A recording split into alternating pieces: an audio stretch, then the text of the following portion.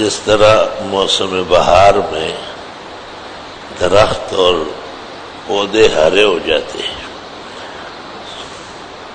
جن کی جڑیں زمین سے ملی ہوئی ہو، اس طرح رمضان شریف بھی ایک موسم بہار ہے ایمانیات اور عملیات کے لیے، جس میں کسی درجے میں بھی ایمان و اسلام ہوتا ہے وہ آگے بڑھ جاتا ہے، مسجد میں آتا ہے، نمازیں پڑھتا ہے، روزے رکھتا ہے، تراویح پڑھتا ہے۔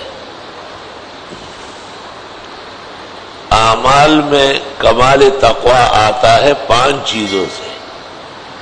خوراک کم کرنے سے، تو صبح صادق سے غروب آفتاب تک نہ کھانا ہے، نہ پینا ہے، نہ چکھنا ہے۔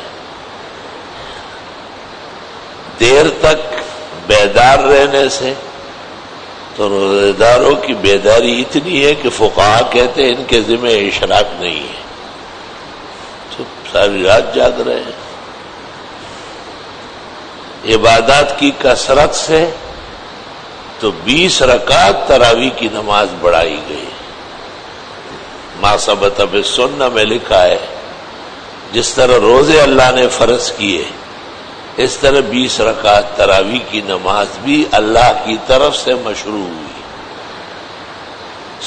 شہر جعل اللہ صیامہ فریضۃ وقیام لیلہ تطوعا، محدثین نے اس کا یہی مطلب بیان کیا ہے کہ روزے فرض قطعی ہے، یقینی ہے، اور روزوں کے احترام و تقدس میں 20 رکعت تراویح مال مکتوبہ والوتر الثلاث یہ سنت مشروع و مؤکدہ ہے۔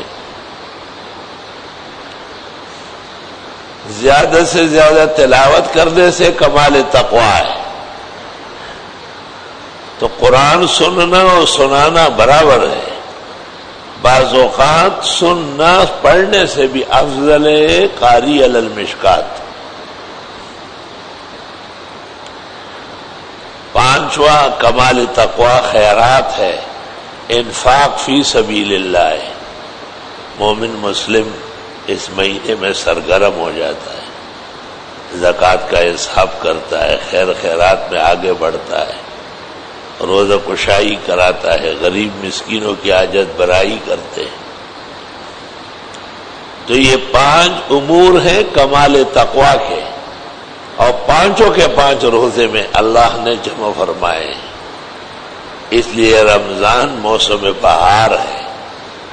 رمضان المبارک مومن کے ایمان و اعمال کا نو بہار ہے، جشن ارض و سما ہے۔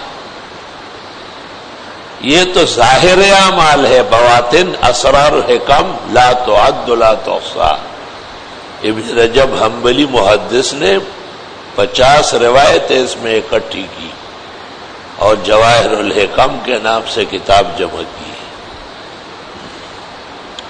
اللہ کا لاکھ لاکھ شکر، کرم، احسان، مہربانی ہے کہ ہمیں اللہ نے ایمان کے ساتھ، صحت و زندگی کی نعمت کے ساتھ، تمام اسباب تعیش اور تدین کے حضور کے ساتھ رمضان شریف کا مہینہ نصیب فرمایا۔